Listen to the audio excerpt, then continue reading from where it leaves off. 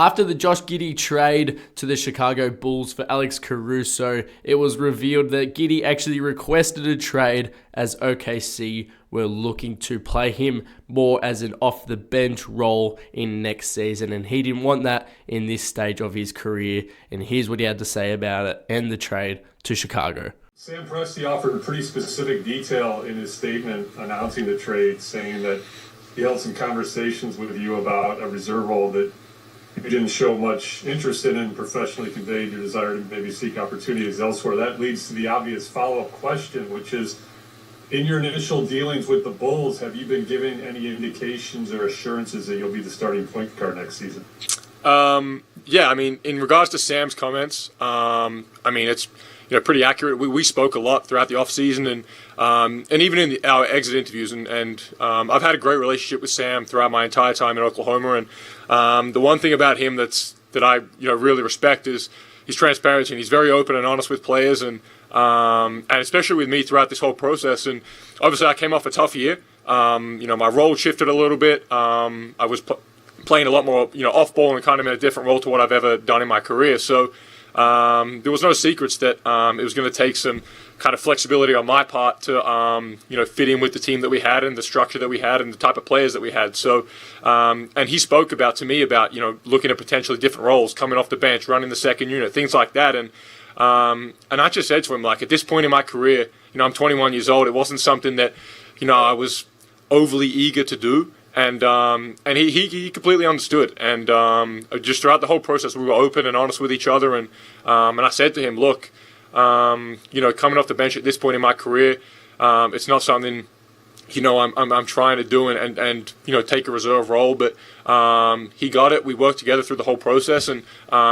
he got me to a great spot. I'm very, very excited to be here in Chicago, and all first impressions have been unbelievable. The people have been great, and I feel very welcomed here. So just quickly following up, Josh, have the Bulls given you any indications or assurances you'll be the starting point guard next season? No, I mean, we haven't spoke about roles and things like that as of yet. I've had a lot of, I've met with Billy a bunch of times already. He's been unbelievable in the conversations we've had. But I understand that the team that's here, there's a lot of good guards. Io, Kobe, Dalen, they got a lot of guys that can handle the rock. So I think it'll make for, the competition that we'll have throughout training camp and things like that to push each other, be better, is going to be great. And, we'll see what happens, when the season rolls around. You talked about it last year. It was a tough year for you. I mean, the obvious question is going to be, was all the stuff that happened off the court, did that carry on the court? Do you think that kind of played into it, or was it more of a personnel change where the Thunder were going and your fit was just different than it had been the previous 2 years? Yeah, look, I think there's a lot of things that go into an NBA season. There's a lot of distractions, whether it's outside noise, whether it's internal change. And I think for me, a lot of it came internally. A lot of it came more with how good our team got and how much we evolved as a group. And my role kind of, I don't want to say it diminished, but it kind of was different to the first 2 years I had. So It was a big adjustment for me, learning to play off the ball. Obviously got guarded a lot differently just with the lineup that we had. And obviously, with guys like Chet coming in, it forced their centers to make adjustments. So a lot of it was, basketball related, for me at least. That's the way I felt. But as I said, it was more a credit to our team than anything. We just got good quickly, and, those kind of things happen. And, my role changed a little bit, and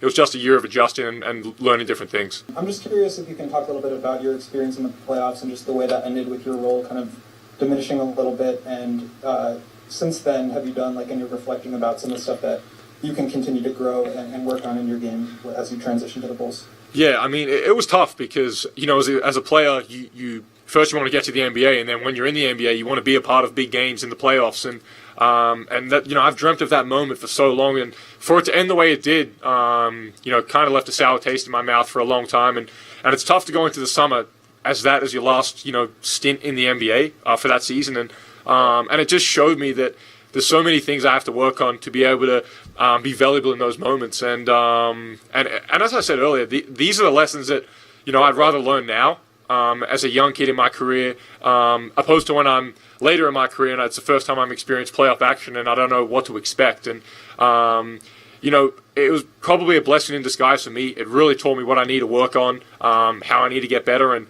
obviously shooting's a big one, but also the defensive end is something that I think just coming into this offseason, a switch just flipped in my mind.